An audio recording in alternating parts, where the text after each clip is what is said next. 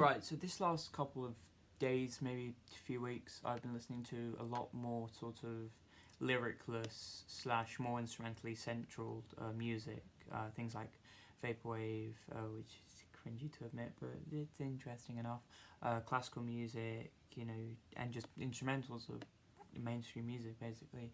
And it's funny because I'm someone who's very drawn to music as being the way to express stories and sort of feelings through abstract forms of words. So when you eliminate that from the music and all you have is just the sounds without their meanings, I shouldn't really enjoy that as much as I do comparatively, because it's kind of the opposite of what I believe the whole concept is. But I find that on the other side of the spectrum there is another form of way to deal with it and to appreciate it, is of a more direct, abrupt, less subtle form of intrusion. You're getting this music, which, especially vaporwave, which I know everyone hates on vaporwave, and I can see why. The culture around it's very cringy, but the music itself is very catered to emotional experience.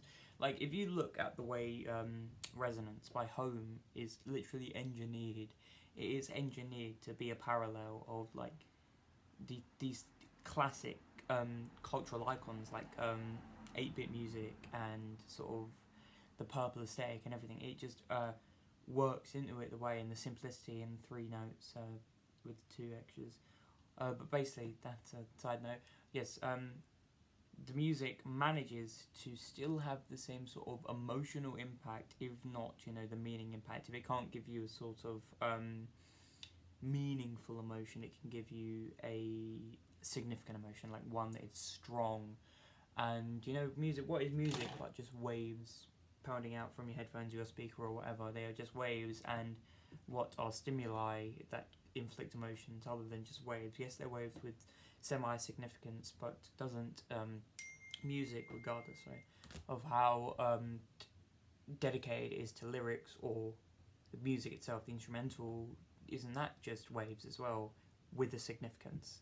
Don't they carry a different kind of significance? Of course, different kind of significance, but there is a significance there still. I said significance so many times. But yes, lyricless music, that's what I'm on about. Basically, I find that I only enjoy it when I'm appreciating it as a sort of a vessel for the translation of emotions and sort of experiences in the rough sense of like spiritual experiences, ascended experiences, not just day-to-day experiences, which you might better off be putting into words. If you have an experience you want to share that is natural, physical, one-on-one experience with another person, or you go through something yourself, the best way to express that is with words. But a spiritual experience, sensational experience, you can do it the same way in this music, in this wordless way, with this think like Come O Sweet Death by Bach, or I think another good example, Shelter by Madonna and Paul Robson. Yes, that does have words and it does have a sort of framework, but it is less lyric centric. Basically, it's more instrumental that gives these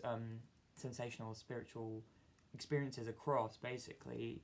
Also the Nocturnes by Chopin as well, they managed to do that without the words, which, yes, words do help give a more definitive, but sometimes words box it into the experience the person is describing. If a singer is singing about their own experience, then it is dedicated to themselves or whatever singular experience they're discussing. But when you throw in the sort of nuance, vagueness of just the sensation without the explanation, basically, it applies to a lot more people. You can have the emotion rather than the experience in you deeply, so you are feeling what applies to you within that emotion. You're not feeling one specific venue or happening. You're allowing yourself to take whatever experience the writer of this instrumental had and interpret it in your own way to an applicable sensation in yourself that is similar enough to be inflicted by the same trigger, but doesn't necessarily have to be exactly the same.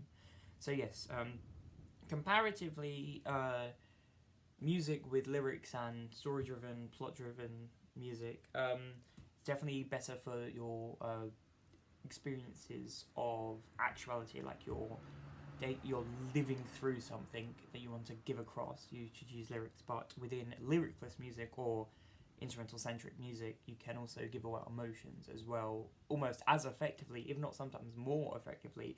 There are hundreds and hundreds of songs I say are less effective than some of these instrumental songs. As I said, Nocturnes by Chopin, that is a wonderful example, and there are very few lyric songs that can do better than that. So yes, lyricless songs, don't diminish them because they don't tell a story or give exactly raise them up, because they're allowing you to interpret them in their own way, and they do give you the emotions, but they allow you to put sort of the substance behind the emotion. Basically, it's up to you to find your own part of your subconscious that applies to that within the realms of that emotion, basically.